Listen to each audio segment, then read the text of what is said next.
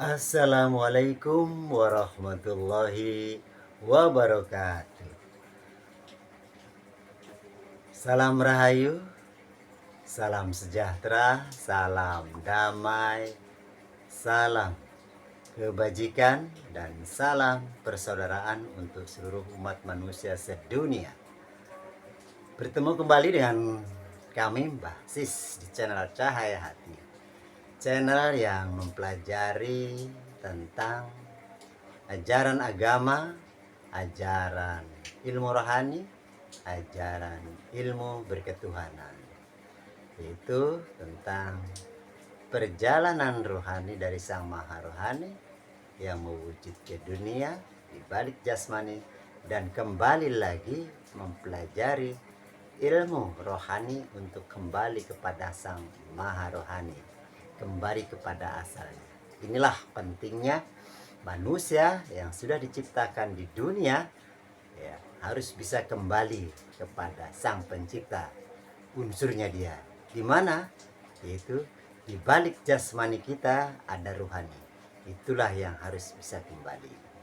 Ini penting dan sangat penting bagi seluruh umat manusia sedunia. Itulah mengapa dia, Allah Subhanahu wa taala, menurunkan wahyu firman dan di dunia mewujud pada sebuah kitab sucinya, ya, mushaf, yang mewujud sebagai panduan, sebagai dasar untuk dipelajari dan untuk bisa mempraktekannya lewat utusannya yang di dunia. Baik saudara-saudara yang beriman, dimanapun Anda berada, khususnya pemirsa di seluruh Nusantara. Pada video-video yang lalu kita telah menyampaikan, kita telah memperhatikan kajian-kajian dari video kami di basis channel Cahayati tentang keberadaan alam pertama dengan dia, Sang Maha Pencipta, kemudian utusannya, bagian daripada unsurnya yang diutus. Alam kedua tuh alam utusannya, ya. Jika dia Maha Metafisika, di sini fisika. Jika Maha Rohani, di sini rohani. Jika di sini rahasia, maha rahasia, di sini unsur rahasianya, seperti itu. Ghaib, maka ini ghaib pula, seperti itu. Jika maha qadim, di sini qadim. Jika ini maha suci, maka yang diutus adalah unsur kesuciannya. Utusannya bukanlah manusia, tapi unsur rahasia kebesaran persifatan yang diutus ke alam yang kedua, seperti itu. Alam akhirat, unsur rohani, seperti itu. Dan unsur tersebut, ya, mewujud ke dunia. Utusannya mewujud. Tuhan pula yang mewujudkan unsur utusannya, rahasianya, mewujud ke dunia. Dia utusannya adalah seorang manusia yang menjadi wakil dia di dunia, menjadi utusan dia di dunia, yang membawa risalah ajaran agama samawi. Sifat Tuhan mewujudlah pada utusannya, ya. Sifat Tuhan yang menzahir pada utusannya, di balik utusannya tersebut. Inilah utusannya di dunia, seperti itu. Kita ketahui, saudara-saudaraku, dia menciptakan alam yang kedua, ya, serta isinya, kemudian mewujud ke alam yang ketiga. Jadi utusannya yang di dunia, seorang manusia yang diciptakan yang pertama, yaitu Nabiullah Adam alaihissalam, juga pendampingnya atau pasangannya, yaitu Siti Hawa, kemudian berkembang menjadi anak turun. Di zaman Nabi Adam, seluruh umatnya untuk kembali kepada Tuhan, bisa terhubung dengan Tuhan, maka harus bertemu dengan Nabi Adam. Nabi Adam berlindung, wafat, penerusnya, pewarisnya, nabi-nabi berikutnya sampai dengan Nabi Adam, Nabi Muhammad SAW, seperti itu. Di situ ada Nabi Idris, Nabi Lut, Nabi Daud, Nabi Sis, Nabi Sulaiman, seluruh para nabi-nabi, Nabi Ibrahim, Nabi Musa, Nabi Isa, dan terakhir Nabi Muhammad SAW. Di setiap zamannya umat, ya, harus bertemu dengan utusannya, karena dialah pemegang kunci, dialah yang mengajarkan tentang ajaran ilmu-ilmu Tuhan di dunia ini, ya, utusan ini. dialah guru rohani yang zahir, ya, dan dialah kekasihnya. Kalau udah kekasihnya, maka otomatis namanya kekasih, rasa cinta dan sebagainya antara kedua kekasih tersebut. Maka setiap umat di dunia harus mencari utusannya, pemimpin umat sedunia di setiap zamannya. Dia yang akan membimbing umat manusia sedunia, karena dia membawa satu ajaran agama, ya, akan memberikan penjelasan satu Tuhan, satu utusan yang di sini, ya, utusan alam kedua, karena dia utusan yang ketiga yang mewujud. Artinya utusan yang mewujud di alam yang ketiga, alam dunia, alam fisika, alam nyata, ya, untuk menyampaikan, memberitahukan bahwa ada yang menciptakan bumi langit, yaitu Tuhan Yang Maha Esa. Ada yang membawa, ya, semua unsur rahasia Tuhan, yaitu utusannya, dan utusan mewujud. Inilah manusia di sinilah yang akan mengajarinya, seperti itu. Nah, saudara-saudaraku, umat manusia sedunia, khususnya muslim, terakhir Nabi Muhammad. Di zaman Nabi Muhammad SAW, Nabi Muhammadlah utusan pemimpin seluruh manusia di zaman itu. Harus semua umat kepada Nabi Muhammad, baru bisa dia terhubung. Manusia, umat yang bersama dengan Nabi Muhammad, namanya manusia yang beriman dan terus taat dan patuh atas perintah, ya, dan larangannya. Dia taat dan patuh, sami'na wa ata'na pada Nabi Muhammad. Dialah orang yang bertakwa. Yang tidak mau mengikuti Nabi Muhammad di zaman Nabi Muhammad, namun sama zaman-zaman dahulu juga para nabi-nabi utusannya, yang tidak mau mengikuti utusannya, ya, yang dipilih Tuhan, yang jasmaninya dipakai oleh Tuhan untuk membawa ilmunya, membawa kalamnya yang kodim, ya, unsur rahasianya, maka dia bukan pengikut utusan itu. Jadi dia apa? Dia ingkar sama utusannya. Ingkar dengan utusannya, ingkar pada Tuhan Sang Pencipta. Tidak mau pada utusan di setiap zamannya, maka tidak mau dia dengan Tuhannya, tidak mau. Seperti itu. Membangkang dengan utusannya berarti membangkang pula pada Tuhannya, seperti itu. Saudara-saudaraku. Ini sama, ya. Manusia yang tidak ketemu utusannya, patuh dan taat pada utusannya di setiap zamannya, dia olah yang tersesat. Dialah orang yang salah jalan, ya. Kenapa setiap zaman ada utusannya? Karena setiap zaman itu ada pembawa risalah. Kenapa diutus kembali ada utusannya? Karena ajaran agama setiap zamannya, jika sudah ditinggal oleh utusannya, lama-lama rusak, luntur, tidak terhubung hubungan rohaninya. Maka Tuhan memperbaiki lagi. Apa yang perbaiki? Sambungan rohaninya, karena terputus, terhijab, seperti itu. Tapi ada setiap zamannya manusia yang terhubung rohani pada Tuhan, karena itu sistem Tuhan. Sistem Tuhan seperti ini, ya. Umat ketemu utusannya, kemudian dia terhubung dengan utusan yang di akhirat dan terhubung dengan Sang Maha Akhirat di sisinya kembali, seperti itu. Jadi setelah di dunia manusia itu, maka dia belajar ilmu rohani, ya, untuk kembali kepada Sang Maha Rohani.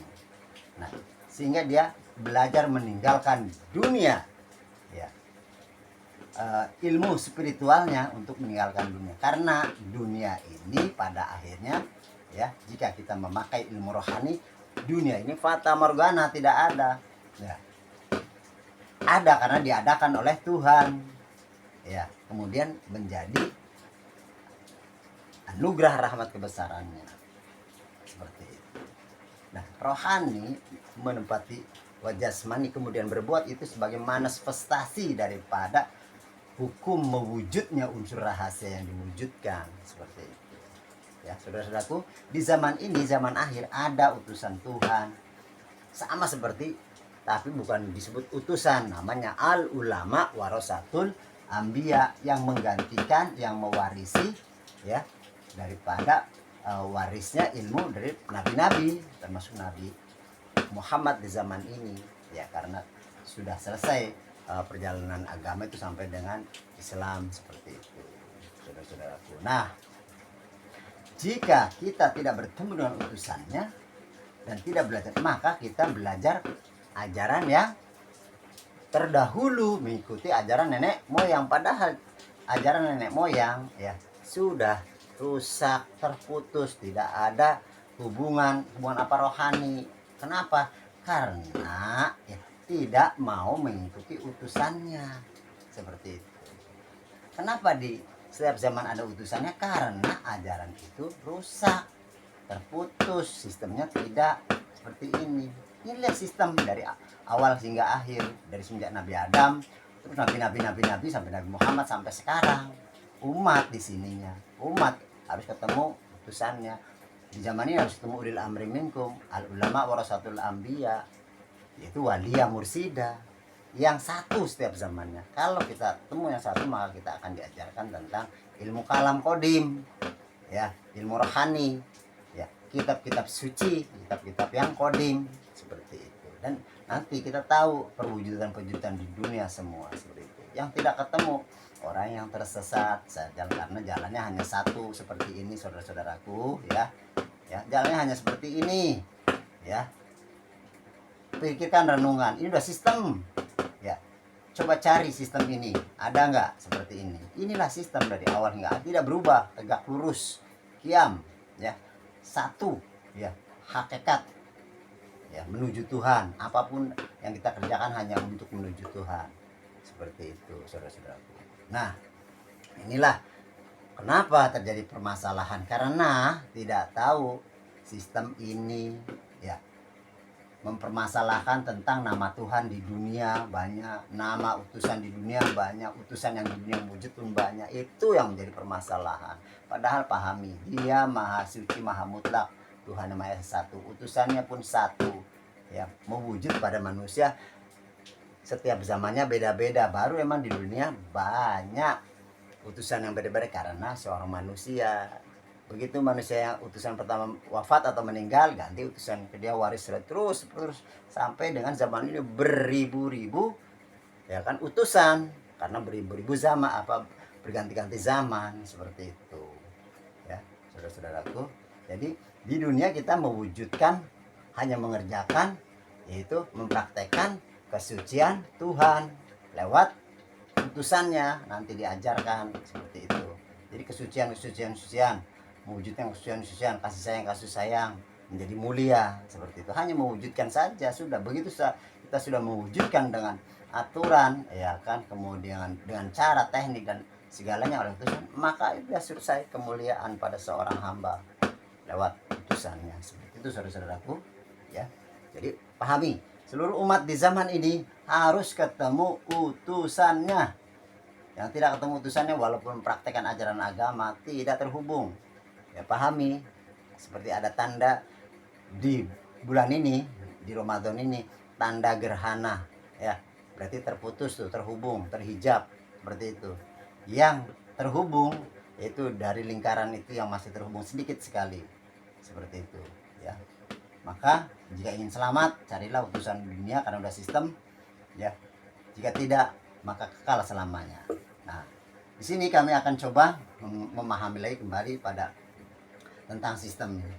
Jadi dia Tuhan yang esa, Tuhan yang satu, Tuhan yang maha satu, Tuhan yang menciptakan bumi dan langit seluruh isinya, ya, seperti itu. Di alamnya dia maha goib.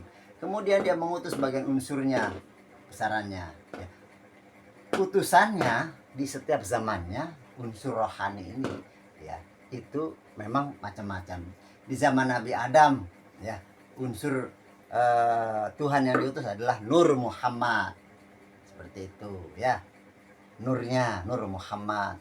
Di zaman Buddha, Hindu, Atman namanya, ya, utusan yang apa, yang tidak terlihat, ya, atau dibalik pada utusan yang wujud. Di zaman Buddha, di zaman Nasrani, Ruhul Kudus, Roh Kudus, ya. Kalau di Kapitayan, Guru Sejati atau Guru Waskito, ya. Kemudian untuk Islam, Rasulullah, ya. Ini nama-nama utusan yang di alam akhirat ini. Ini nama-nama alam akhirat, artinya alam kodim, alam yang kedua. Jika maha akhirat, ini akhirat. Ini utusan sebuah nama persifatan. Di dunia mewujud, menempati wadah. Ya, Nur Muhammad menempati Nabi Adam.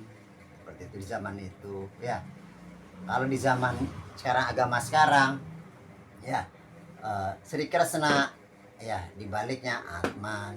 Ya, Siddhartha Gautama dibaliknya Buddha.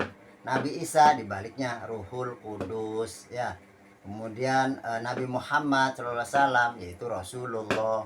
Dan sekarang al ulama warasatul anbiya walia mursida, namanya mursid di sininya. Seperti itu. Di sini mursid, ya. Mursid fi'il sifat atau nur Tuhan, atau persifatan, rahasia persifatan Tuhan, menempati wadah pembawanya manusia di sini. Di sini bernama tapi masih persifatan. Di dunia persifatannya mewujud menempati manusia di setiap zamannya. Ya, namanya beda-beda, tapi semuanya unsurnya ini satu, ini satu. Ya, di sini beda-beda, tapi ini adalah utusan di dunia. Ya, terus sampai terakhir Nabi Muhammad. Ini nama-nama Tuhan, agama, kitab suci, utusan di dunia ada banyak, beda-beda karena setiap zamannya, tapi di sini satu. Ya, unsur rohani dari Sang Maha Rohani. Ini unsur persifatan dari Sang Maha Rahasia, persifatan yang diutus. Seperti itu saudara-saudaraku. Ya, maka jangan diributkan. Pahami sekarang semuanya. Cari kan setiap kitab suci di setiap agama ada yang menyampaikan bahwa di akhir zaman ini ada utusannya. Ini utusan di sini satu. Ya, mau dari agama Hindu, Buddha, ya, Nasrani, Konghucu, Islam, Kapitayan, ada utusannya. Itu sebuah nama saja, tapi manusianya satu di setiap zamannya.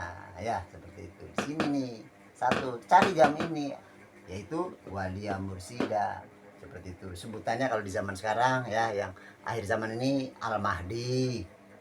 Ya, kemudian Nabi Isa, kemudian Kalki Al-Fatar, kemudian apalagi Mesias, terus apalagi tuh banyak tuh, ya. Ini satu, itu nama-nama saja dari kitab masing-masing, tapi ujungnya satu. Kalau dari Kapitayan Kejawen itu Satrio Piningit, ya, ini manusia ini yang memimpin dunia, yang memimpin manusia di dunia setiap zaman. Di zaman ini, zaman akhir, seperti itu. Ini cari ini satu pemimpin, satu yang membimbing, terpimpin dan terbimbing oleh manusia yang satu. Taat semua umat di dunia ini berjuta-juta miliar harus taat sama yang satu ini. Dia mewakili Tuhan.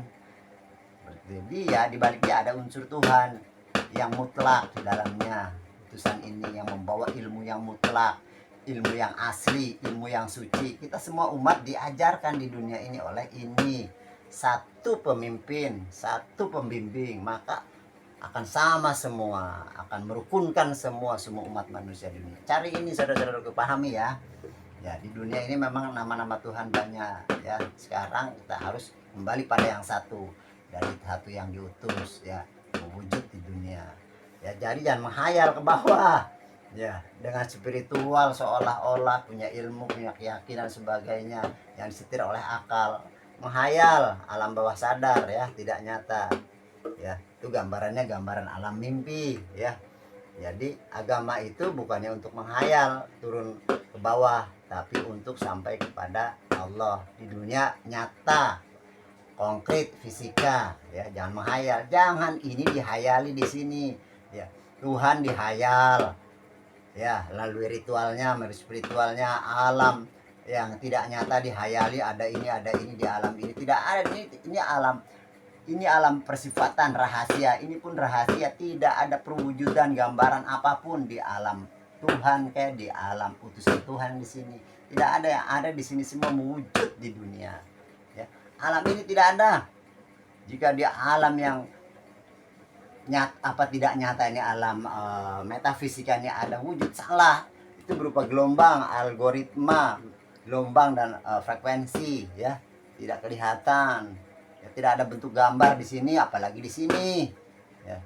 Rahasia pula, ya. Di sini baru mewujud di dunia, saudara-saudaraku, ya. Jangan hayal nih, para spiritual ya, mohon maaf ya, seperti itu.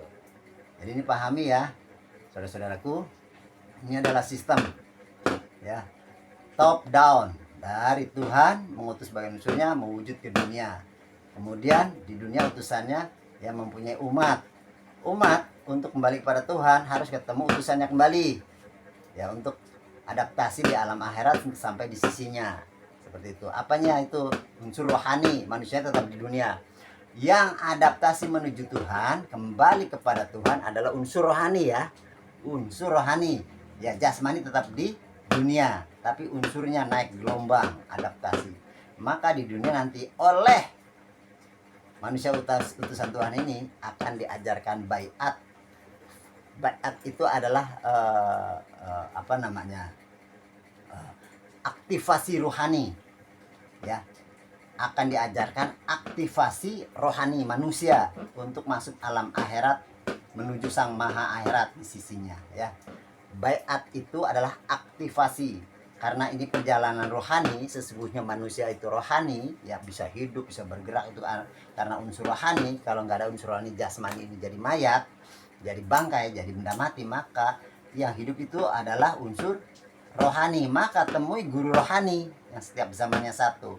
Belajarlah pada dia yang satu di setiap zamannya, pemimpin umat manusia sedunia ya. Belajar untuk perjalanan akhirat, perjalanan rohani, perjalanan yang suci. Maka nanti diwujudkan di dunia suci. Pahami kenapa di dunia ini manusia tidak banyak mempraktekkan ini kesucian. Pembohong ngibul ya, membodohi, manipulasi, karena dia tidak tahu unsur rohaninya, kesucian pada dirinya ya. Maka yang mewujud kepalsuan, hayalita, tidak konkret, tidak menjadi rahmat, menjadi mulia ya, karena pembohongan karena pakai sudut pandang akal, bukan pakai rohani yang ada di kolbu ya, seperti itu. Inilah kenyataan siapa manusia di dunia ini yang tidak terhubung dengan guru rohani, bertemu dengan guru rohani, maka rohaninya ya tidak terhubung dengan Tuhan. Maka jasmaninya walaupun dia beribadah secara spiritual, ritual, mempraktekkan ajaran agama, tetap tidak nyambung.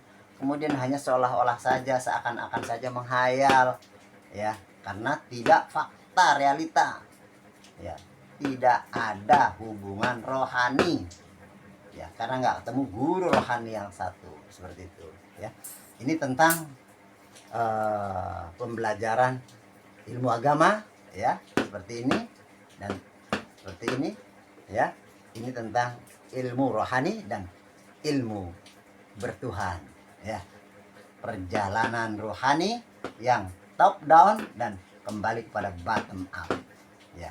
Jika tidak ketemu dengan ini guru rohani yang satu, kau tidak akan bisa masuk akhirat, selamanya kekal di dunia ya, kekal di dunia ya, tidak akan di posisi sampai ke Tuhan. Pahami ya, yang tidak bertemu dengan guru rohani yang zahir setiap zamannya satu, pemimpin umat yang satu di dunia seperti utusan terdahulu, maka kau akan kekal di dunia. Kekal di dunia sama dengan kekal di neraka, tidak sampai kembali. Ada yang bisa kembali kepada Tuhan, ada yang tidak bisa kembali. Tinggal pilih. Yang kembali berarti dia selamat dunia akhirat. Yang tidak kembali ya, rohaninya yang persifatan dia ya. Karena kenapa tidak bisa kembali? Karena apa? Tidak terhubung. Terus kenapa terhijab oleh ini alam ini, barzah, ada portal di sini. Dari dunia ke akhirat itu ada portal yang tipis, yang halus, barzah, alam barzah namanya, seperti itu. Ya, maka kekalah di dunia, seperti itu. Hati-hati. Ini tentang ilmu ya, ini metodologinya ya, ini ilmiahnya ya, saudara-saudaraku ya. Top down, bottom up. Ya. Tuhan yang satu, utusan yang satu, utusan yang satu mewujud di dunia. Umat harus ketemu utusan yang satu yang wujud di dunia untuk adaptasi pada utusan yang di kodim yang tidak wujud dan berhampiran dengan Tuhan yang tidak wujud di sisinya, cuma sampai di sisinya, seperti itu ya. Ini tentang pembelajaran di sekolah tinggi ilmu ketuhanan Majelis Dzikir Tarekat Naksabandia Kholidiyah Nusantara. seperti itu di Indonesia. Ini uraian ilmiahnya dan metodologinya nanti untuk bisa masuk alam akhirat ada di sini diajarkan di sekolah kami, saudara-saudaraku ya. Pahami, jangan ribut tentang nama Tuhan, nama utusan di dunia ya, dan juga ini ya.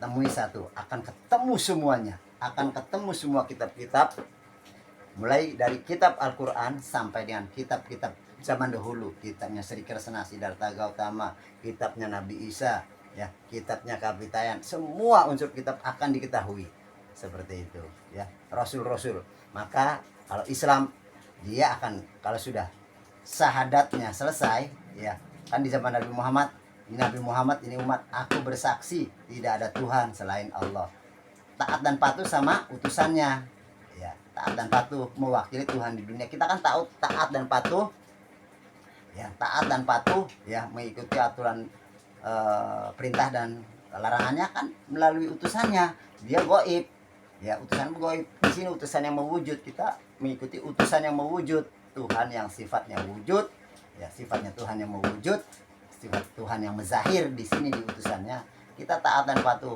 Tapi dia bukan Allah ya, aku bersaksi tidak ada Tuhan selain Allah, dan aku bersaksi dialah utusan nih, utusan Allah, dia utusan Allah ya. Itu real, bertemu bersyahadat itu bersaksi dan menyaksikan, ada yang disaksikan, yang disaksikanlah utusannya. Syahadat itu menyaksikan utusan yang di dunia. Dulu Nabi Muhammad, sekarang ulil amri minkum, waliya mursida, al ulama warasatul anbiya ya, seperti itu ya. Jadi bukan menyaksikan lain, menyaksikan utusannya. Kalau sholat, umat ini wajah tu wajhiya lilladzi fataras samawati wal ardh. Jadi ini ya, menghadap ini ya, yang menciptakan bumi dan langit, yang menciptakan muka ini, wajah ini adalah dia, dan bumi dan langit seluruh isinya. Seperti itu ya, pahami ya, pahami rahasia, karena ini perjalanan kodim ya, dari alam akhirat. Jika tidak ketemu ini, mohon maaf saudara-saudaraku, pahami. Ini menjadi pemahaman, menjadi perenungan untuk berpikir kita semuanya, seluruh umat manusia di zaman ini. Pahami, ajaran agama hanya untuk kembali kepada Tuhan, untuk menjadi tatanan kehidupan yang damai ya, cinta kasih dan damai, menjadi rahmat seluruh alam termasuk manusia, bukan untuk perpecahan dan peperangan.